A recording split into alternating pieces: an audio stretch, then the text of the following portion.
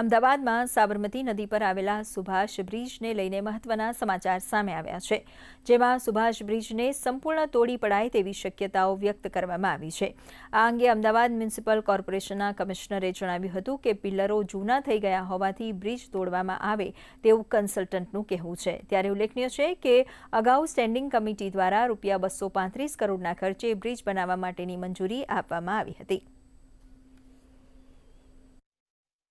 જે જૂના પિયર્સ છે, જૂના જે સબસ્ટ્રક્ચર છે, એને કમ્પ્લીટલી રિમૂવલ કરીને એના ઉપર બ્રિજ બનાવવામાં આવે તો લાંબા ગાળા માટે આ ખૂબ ઉત્તમ નિર્ણય હશે.